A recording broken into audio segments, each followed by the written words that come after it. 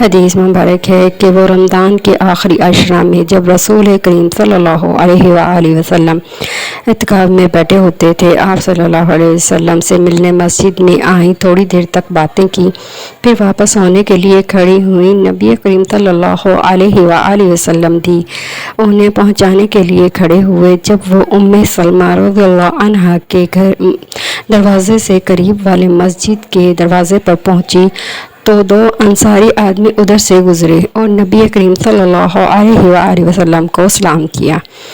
آپ صلی اللہ علیہ وآلہ وسلم نے فرمایا، کسی سوچ کی ضرورت نہیں، یہ تو میری بیوی صفیہ بنت حیی رضی اللہ عنہا ہے۔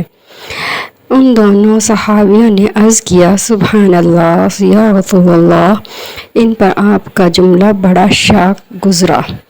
آپ نے فرمایا کہ شیطان خون کی طرح انسان کے بدن میں دوڑتا رہتا ہے، مجھے خطرہ ہوا کہ کہیں تمہارے دلوں میں وہ کوئی بدگمانی نہ ڈال دے۔